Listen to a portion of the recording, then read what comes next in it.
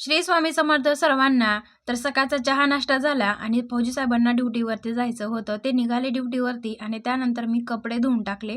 आता कपडे धुवून टाकल्यानंतर वर टेरेसवरती कपडे टाकण्यासाठी गेले होते. तर आज मोबाईलसुद्धा सोबत नेला. म्हणलं तुम्हाला ना मग टेरेसवरून माझं गार्डन कसं दिसतंय हे सुद्धा दाखवते. तर बघा मी सुद्धा आज टेरेसवरून गार्डन बघितलं. त्यानंतर असं शूट करून घेतलं. त्यानंतर ऊन पण चांगलं पडलं होतं आज, कारण 2-3 दिवसापासून 11-12च्या नंतर दुपारी चांगलं ऊन पडायला लागलं. त्यानंतर ना इथंच एक माझ्या ओळखीच्या सातारच्या ताई आहेत ना, त्यांनी मला ह्या भाजीचा वानवडा दिलेला आहे. आता ही भाजी आपल्या गावाकडे मिळते, पण ह्या भाजीचं नाव तुम्हाला माहीत आहे का? जर माहीत असेल तर नक्की मला कमेंट बॉक्समध्ये सांगा. भाजी निवडून घेतली आणि 2 पाणी स्वच्छ धुवून घेतली. त्यानंतर कढईमध्ये ना तेल टाकलं आणि कांदा चांगला परतून घेतला. त्यानंतर ना याच्यामध्ये धुवून घेतलेली भाजी टाकून दिली आणि त्यानंतर मिरची लसणाची पेस्ट मिक्सरमध्ये बारीक केली होती. चवीनुसार मीठ टाकलं, ठोसर असा शेंगदाण्याचा कूट टाकला आणि चांगलं असं परतून घेतलं पुन्हा एकदा.